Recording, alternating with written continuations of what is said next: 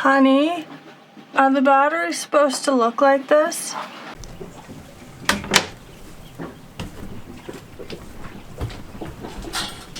Wait, what? What? Where are you going?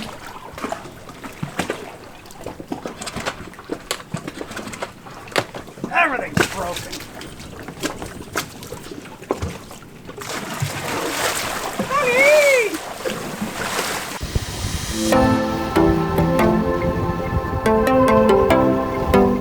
Hey, we're the Green Shields. We're just a crazy Canuck family that sold their farm and bought a sailboat with no sailing experience. Join us on our sailing adventure.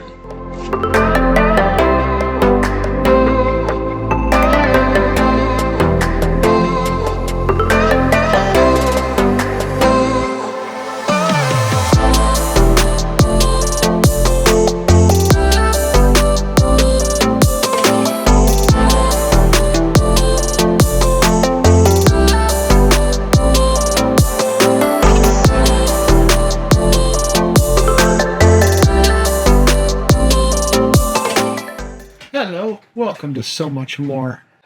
We had the good fortune of meeting Clark Willix from Emily and Clark Adventures. Clark is an engineer who has created his own battery bank management system. This allows you to mix lithium and lead batteries working together to get the best of both worlds. And with what you saw at the beginning, my own batteries, some of the cells appear to have shorted out, causing nice heat buildup and causing them to balloon out. They need to be replaced. It's fairly safe with AMGs, but still not great. So, tick, tick, tick, tick, tick, tick, tick, tick, tick, tick, tick. Yeah. Clark is helping me redo the system. And I got to record the conversation we had together in which he shares information about his new third-generation battery bank management system and some things he's looking to do in the future. So I hope you enjoy. A few days ago, that's part of the reason why I hadn't gotten a hold of you, because I'm sitting there going, I've had all three of the other batteries. My son comes, it's hot. Right here. I'm sitting. You have an internal short, yeah. It's hot. And I opened it up.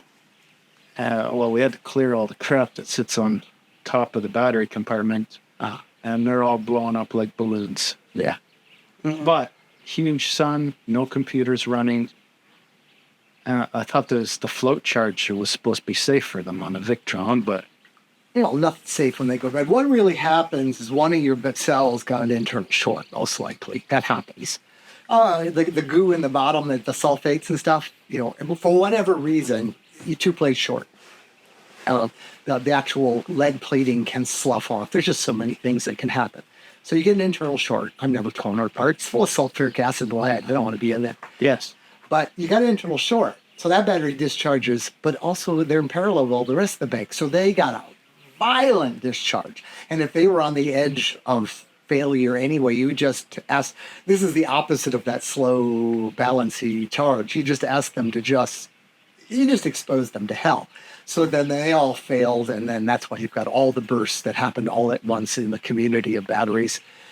They were all not healthy batteries for that to be able to happen, but... well, that's what's making me nervous, because I'm in bad shape then, because I don't have money to burn. Yeah. So do you have any lead left at all that you trust? I don't.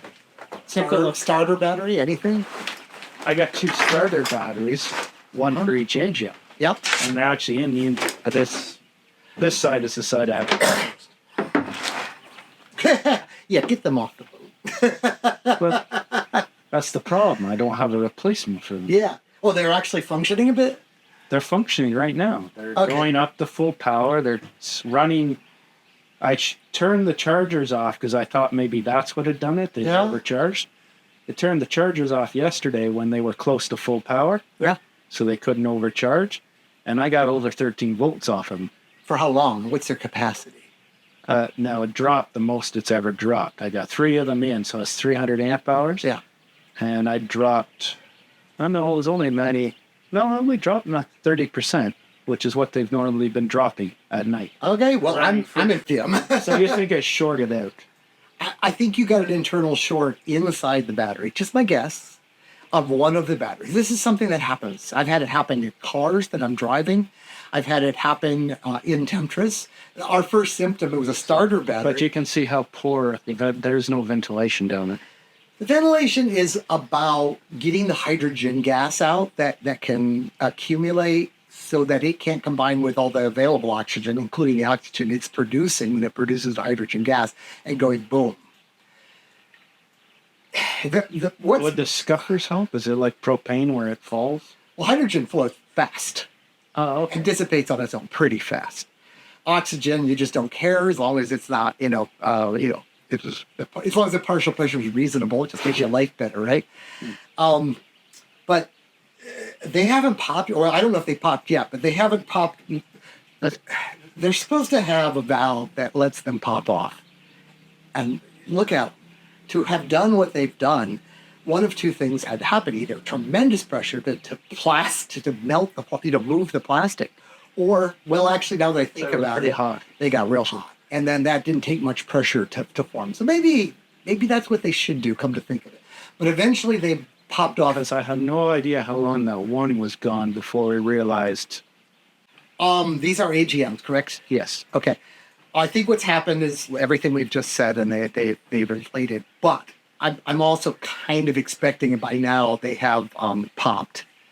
So don't expect them to last long at all. AGMs are absorbed glass mat.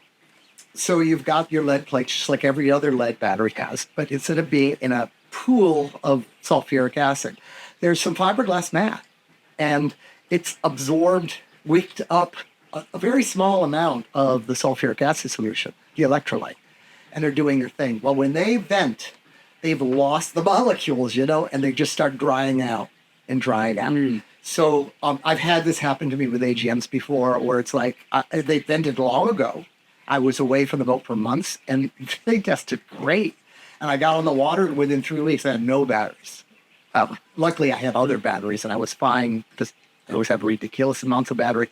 But all the AGMs, this was early days. I was like one of the first adopters of AGMs. All the AGMs I had aboard the boat, wildly different size batteries, different. One was spiral, one was plate, one was all about heavy, slow use, and the other one was about pulsed massive use. They totally different missions, and both of them died like on the same day, exactly the same time after I started using them. It was obvious what had happened. They had dried out internally, and there's really no way to recover from that. Besides, you don't want to recover that. Yeah. The good news is, since they're AGMs, the worries I had about the spray of acid, there's a lot less acid in these than there is in a flat. So that's good for you. Okay. So the odds are it's just warp, and hopefully the pressure dissipated with heat. Yeah, they have that valve that should pop off, because they got so hot before the valve popped off, they inflated like a balloon because they were a soft balloon. And then they've either popped off eventually or, well, the pressure dropped. Yeah. Don't expect them to have any. It's time for them to retire. Yeah, that's the hard part, though. How do I retire them? Well, back to this. Let's go through this plan. For me, what I recommend, we've talked a lot about it, and I know your financial situation and everything. You've already committed that you want lithium, and I have the lithium that you want. First off, you have more people, whatever, but we were living absolutely happy on a 200 amp hours of lithium. What I'm trying to talk about is what 200 amp hours of lithium should mean for you. So we were living nice on it. We're pretty heavy users when you get down to it. Big fridge, freezer, a computer that any gamer in the world would drool over because we need it for video editing. And my wife is developing games, and that kind of is her computer for developing games, and she runs it 10 hours a day at like 11 amps. So a big user, right? Mm-hmm. On top of that, we run air conditioning all night. Now, we run my very efficient air conditioning. Back to this. We do run it, and I mean, it's not no power. All of that on the 200 amp hours, and we like never in a day ran out of power. If we had a cloudy day, we might touch lead, like the second day. But you could always start a generator or do something to get you past. Mm-hmm. The quality of life line is like, can you make it through the night? Yes. And I'm trying to say that even with 4 people, maybe with a little more care than we used, you should be able to easily make it through the night on 200 amp hours. Well, the thing is, I don't. Right now, we run the computers because I got 3 kids and me all love our gaming computers. Okay. Well, how much? Well, I mean, that's love. That's not required. How much solar do you have? Almost 2,400 watts. Well, just during the day, don't worry about it. Run your computers because that's not good. You're going to have that battery fully charged by like 10 o'clock in the morning. Yeah, that would be confusing for me right there. Yeah, but the rest of the day, you're really essentially running off your solar panels. So use all the power you want during the day. Just forget about it. And then that battery, you might make if it becomes a problem, you would make a boat rule: no gaming after 6 p.m. Just got another 200 amp hours in for review. I'm behind on reviews because I was ill. Oh, okay. So I'm planning on doing what will become your battery, finishing the review. Right now I'm trying to get the damn case open. This thing is so stuck together, but I was probably just weak. And I gave up on it. But I got a plan now I'm going to make a little tool that should help me. But anyway, I've got 400 amp hours available on Temptress right now. That's all aside. You need to make a couple other decisions. You do need some lead to do this, but that lead can be your starter battery. Do you have any healthy lead on board the boat? I got 2 starter batteries. Should just And use. they're all like they're new to me, which means they're. It varies, but they're under roughly 2 years. Okay, but it sounds like they're healthy. And starter batteries don't tend to be abused, right? Now, usually you don't want your starter battery tied to your house battery for 2 reasons. The secondary reason, the unimportant reason almost, is that if you have bad discipline, you might discharge your battery and then you can't start your engine. Don't do that. There, done, solved, right? The real problem is when your house and your lithium are both lead, they have exactly the same charge profile.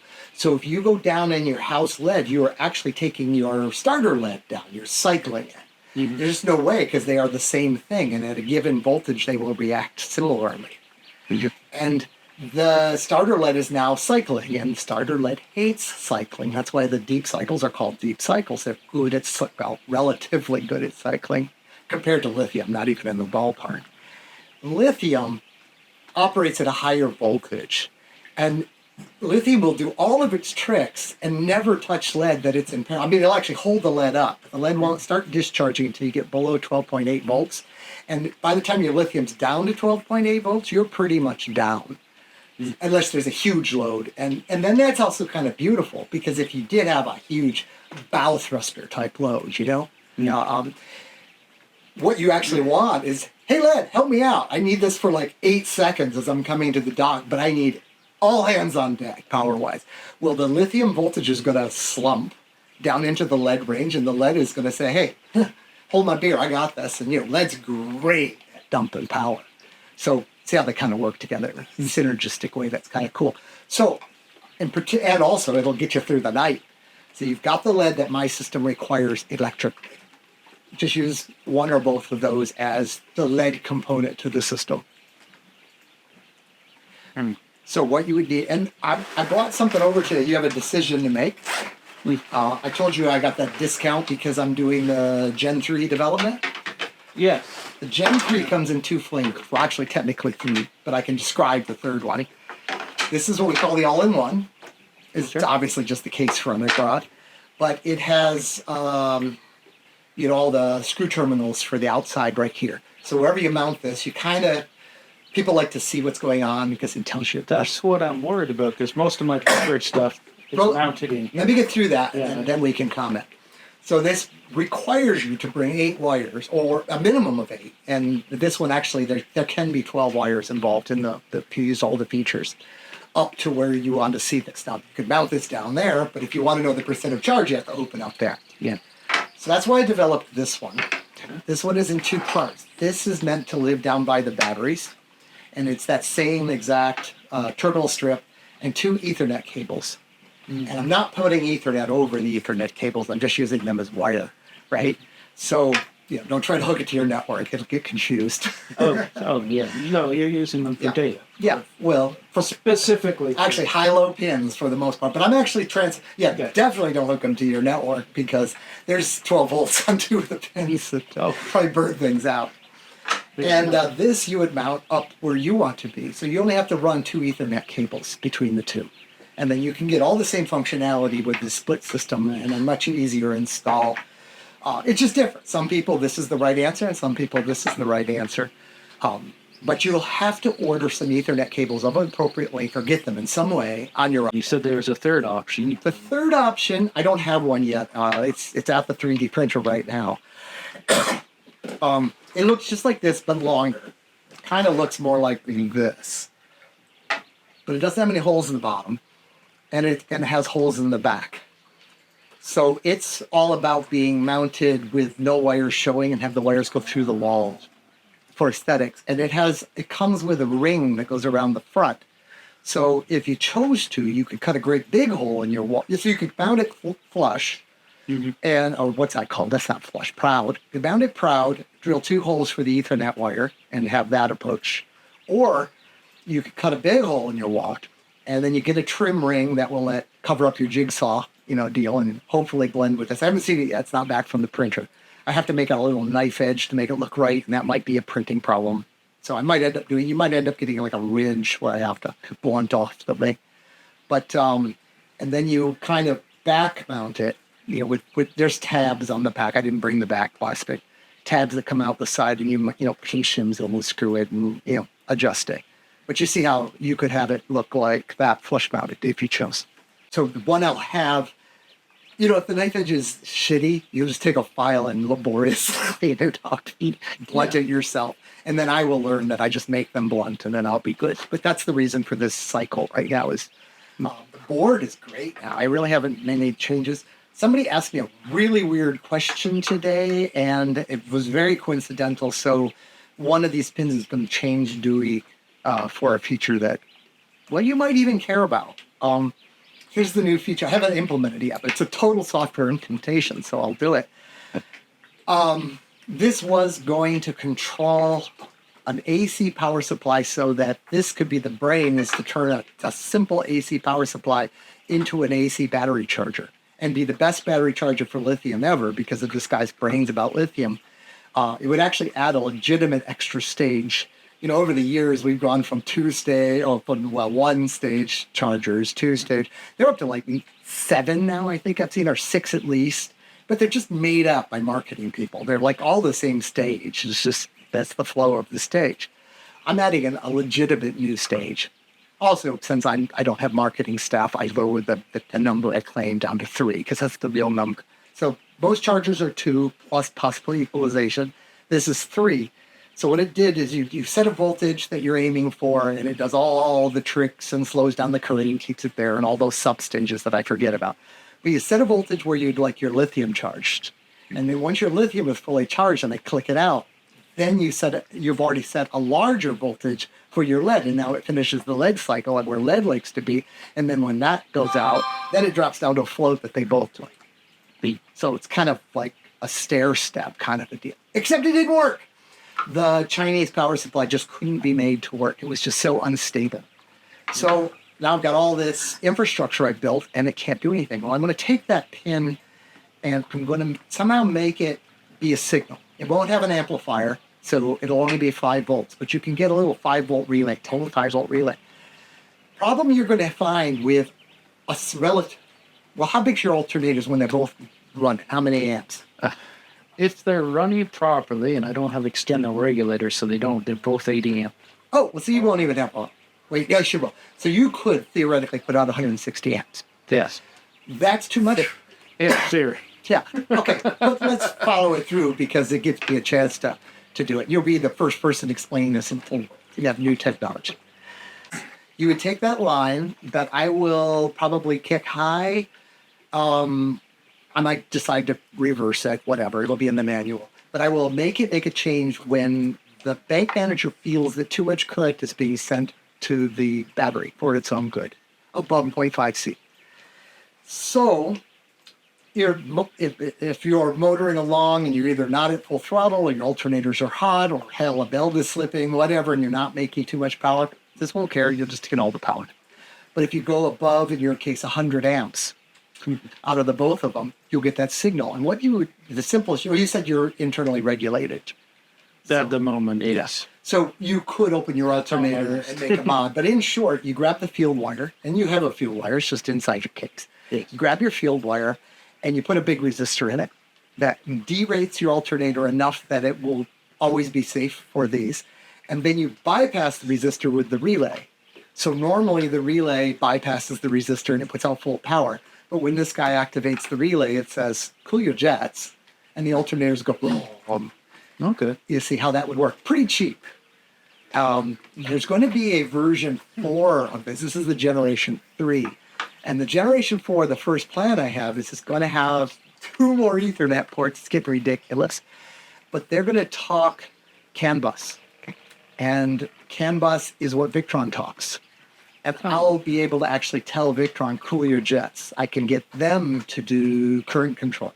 And all of the big house size inverters that are sold in China, they all stole the sentences from Victron. So suddenly I will work with them too. And I've got guys, for example, out there, somebody contacted me and his opening question was, is that 2,550 amp hour limit a hard limit, or can I go beyond that? Got it. And it's like, how big's your system? Well, we got 60,000 watts of solar now, and we're planning to expand. This isn't a house operation. It's up in the mountains, so he needs alternative power, and it's like a home for wayward boys kind of a deal. And he says we always have a minimum of 40 people on the site. It's a little town, right? Yeah. Well, he's going to be doing it with lots of bank managers because he's a bright guy. We're talking about it. Go, well, that's the limit. Honestly, just because that's 255 times 10. I just took a bite, but it's way too big. I'm thinking of actually lowering it. I don't think I will, but I'm going to recommend everybody lowers it because you get that many batteries together and they're just not the same personality and you're not charging them right. And when you use multiple bank managers, I mean, I'm not suggesting for every 100 amp hour battery you use a bank manager because it costs more than the battery. But with every bank manager, it looks at its charges and reacts to its charges. For example, because, I've got the 1,000 amp hours of lithium, a 400, a 400, and a 200. The 200 is old. I've had it now for like 6 years. It's spiral cells, and I abused it for 2 years before I developed the bank manager. Then 400 is a Volt Go, which is the best battery I've ever personally seen. And then there's a Redodo that this instance has a problem. That's the reason I didn't offer it to the Bay, because in testing I found it had a problem. It's a good battery. It's just got to use it in a weird way, and I just programmed the bank manager to use it in that weird way. But they all react very differently, even though they're in parallel. And during the day, first it's like, click, one goes out because he's fully charged. The other two are still taking 20 amps. And they click, and then click. They're all different. So on relays, you have them all set up separately on the BankManager. Yeah, it's 3 different bank managers controlling their own charges all in parallel. It's what you do in a bigger system. That's what I'm not. You don't have to worry about this. But the problem with that big guy is when that last bank manager is the only one taking power and he has 60 kilowatts coming in, it needs a way to say, please, no. Yeah. So that pin will, and he's a big operation. If he has a way to do it with the pin, great. If he doesn't, he can hire someone to program an Arduino and take my data from that as a signal and then do something bigger. So he could do a custom, but he needs the brains that control it. So somebody asked that question, like I said this morning, and they solved a hole in my system.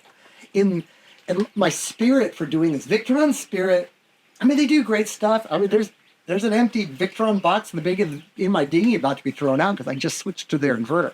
It is a great piece of gear. It's expensive. The cheap Chinese one I have meets all of our needs. I'm happy with it for running the microwave and stuff.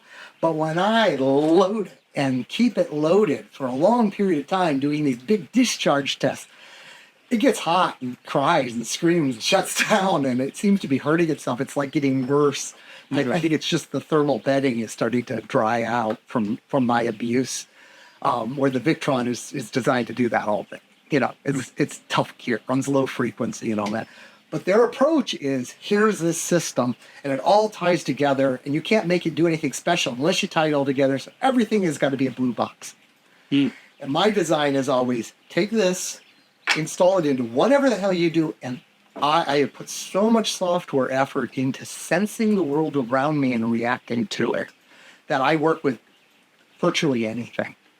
So it's a different approach. And that pin kind of puts me more in the work with virtual anything approach, where the model I gave you, where you have to understand relay and resistor technology. Then it's not so hard of a learning curve. And then you can make that feature work on your boat if you have the need. Where, the Victron approach, I'd say, okay, change charge controller, change. Install the display and the brain box, and then have that talk to this. And yeah, it's just not how I want to do it. And I don't want to require someone to buy 100 black boxes to be able to have it work. And so it's just a philosophy thing. I'm cheap. So, I'm not going to complain. Pardon me. Okay, right. so I think, yep. How long will it take for that other case you were talking about to come in? Well, I mean, you can use it without the case as far as that goes. I mean, you could tweet. I just give you the case later. It's just entered manufacturer. Takes about it's probably 2 or 3 weeks to get here. With box back and everything. But we start out with a trader case. Like this case, actually. I just make sure I set it up right so that I can change it out. Yeah. You could change. And so get your Ethernet cables and put them in the right place. I'll send you a copy of the 3D model so you'll know what it looks like. Oh, okay. So you can know exactly the dimensions and all. Conrad does something really weird, and you can do it with the BankManager by adjusting things. And a lot of the reason the BankManager can do it is Conrad wanted to do this. We've been friends long before the BankManager. He is absolutely pivotal in this product. He did all the early testing, and he turned me on to the philosophy of how to charge lithium properly. I made my first prototype based on how Victron charges, which is wrong, and he proved it, and I believe him, so I switched.